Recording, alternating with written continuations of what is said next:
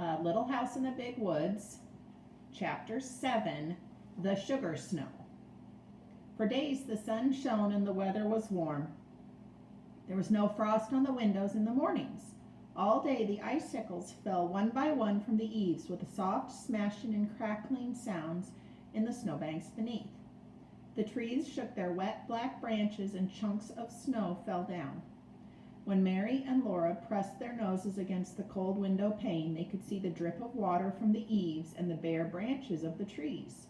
The snow did not glitter. It looked soft and tired. Under the trees, it was pitted where the chunks of snow had fallen, and the banks beside the path were shrinking and settling. Then one day Laura saw a patch of bare ground in the yard. All day it grew bigger, and before the night the whole yard was bare mud.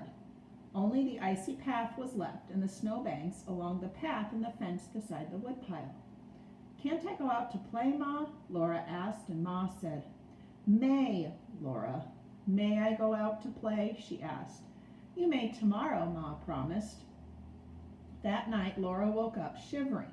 The bed covers felt thin and her nose was icy cold. Ma was tucking another quilt over her. "Snuggle close to Mary," Ma said, "and you'll get warm." In the morning the house was warm from the stove, but when Laura looked out of the window, she saw that the ground was covered with soft, thick snow.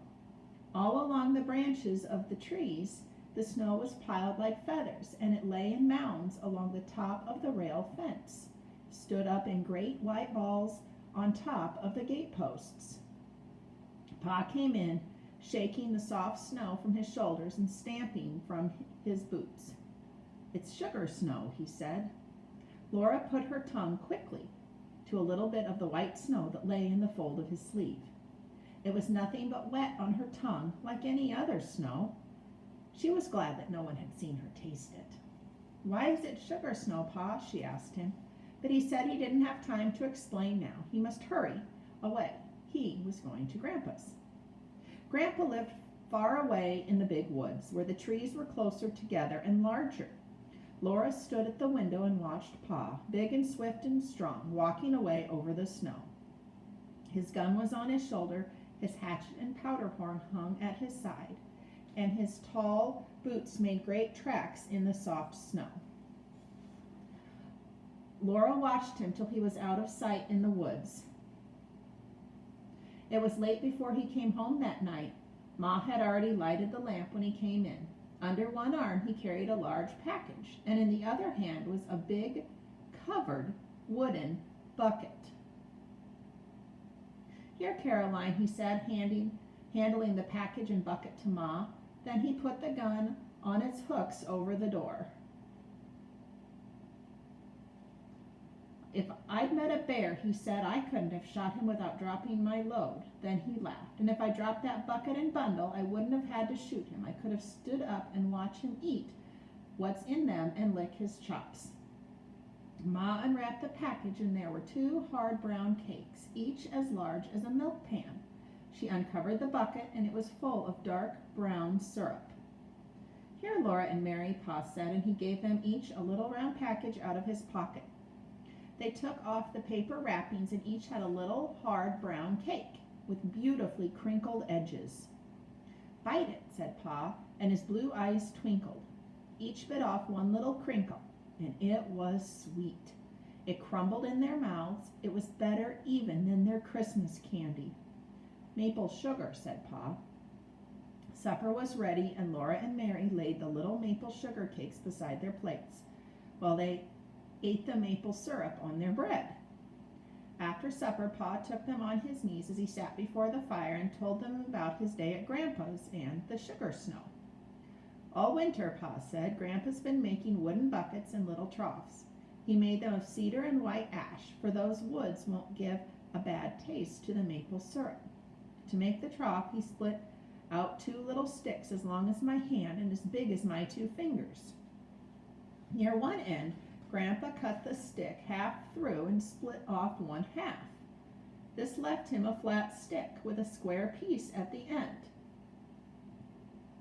Then with a bit, He bored a hole lengthwise through the square part, and with his knife he whittled the wood till it was only a thin shell around the round hole.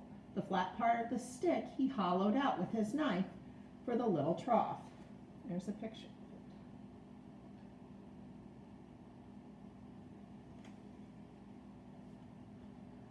He made dozens of them, and he made 10 new wooden buckets. He had them all ready when the first warm weather came and the sap began to move in the trees. Then he went to the maple woods, and with a bit he bored a hole in each maple tree. And he hammered the round end of the little trough into the hole, and he set a cedar bucket on the ground under the flat end. The sap, you know, is the blood of a tree. It comes up from the roots when warm weather begins to spring. It goes to the very tip of each branch and twig to make the green leaves grow. Well, when the maple sap came in the hole in the tree, it ran out of the tree, down the little trough, into the bucket. Oh, didn't it hurt the poor tree? Laura asked. No more than it hurts you when you prick your finger and it bleeds.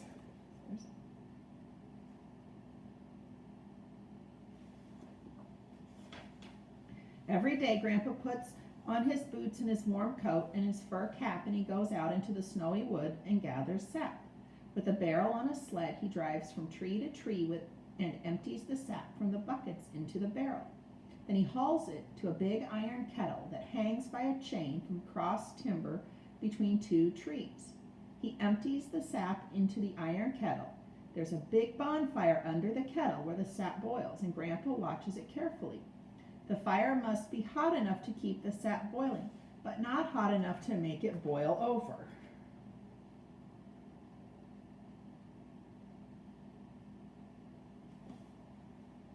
Every few minutes, the sap must be skimmed.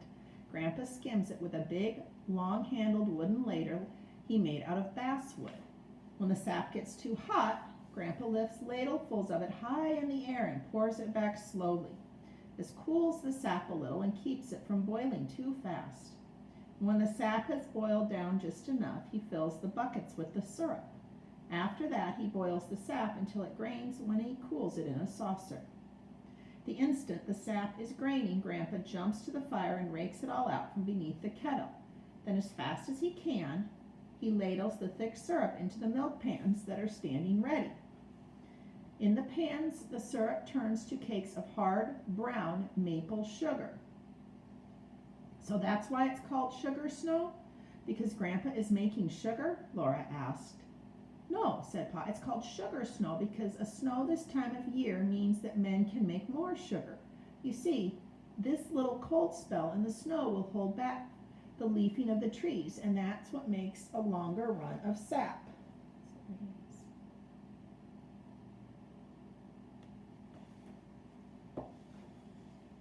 When there's a long run of sap, it means that Grandpa can make enough maple sugar to last all year for common everyday use. When he takes his furs to town, he will not need to trade for more sugar. He will only get a little store sugar to have on the table when company comes. Grandpa must be glad there's sugar snow, Laura said. Yes, said Pa. He's very glad. He's going to sugar off again next Monday, and he says we must all come. Pa's blue eyes twinkled, and he'd been saving the best for last, and he said to Ma, Hey, Caroline, there'll be a dance. Ma smiled, and she looked very happy, and she laid down her mending for a minute. Oh, Charles, she said. Then she went on with her mending, but she kept on smiling. She said, I'll wear my delaine. Ma's delaine dress was beautiful. It was a dark green with a little pattern all over it that looked like ripe strawberries. A dressmaker had made it. In the East, in a place where Ma came from when she married Pa and moved out west to the big woods of Wisconsin. Ma had been very fashionable before she married Pa, and the dressmaker had made all of her clothes. The delaine was kept wrapped in paper and laid away. Laura and Mary had never seen Ma wear it, but she had shown it to them once. She let them touch the beautiful dark red buttons that buttoned the basque up the front, and she had shown them how neatly the whalebones were put in the seams inside with hundreds of little crisscross stitches. Ma showed how important a dance was if Ma was going to wear the beautiful Delane dress. Laura and Mary were excited. They bounced up and down on Pa's knees, and he asked questions about the dance until he said, "Now you girls run along to bed. You'll know all about the dance when you see it. I have to put a new string in my fiddle."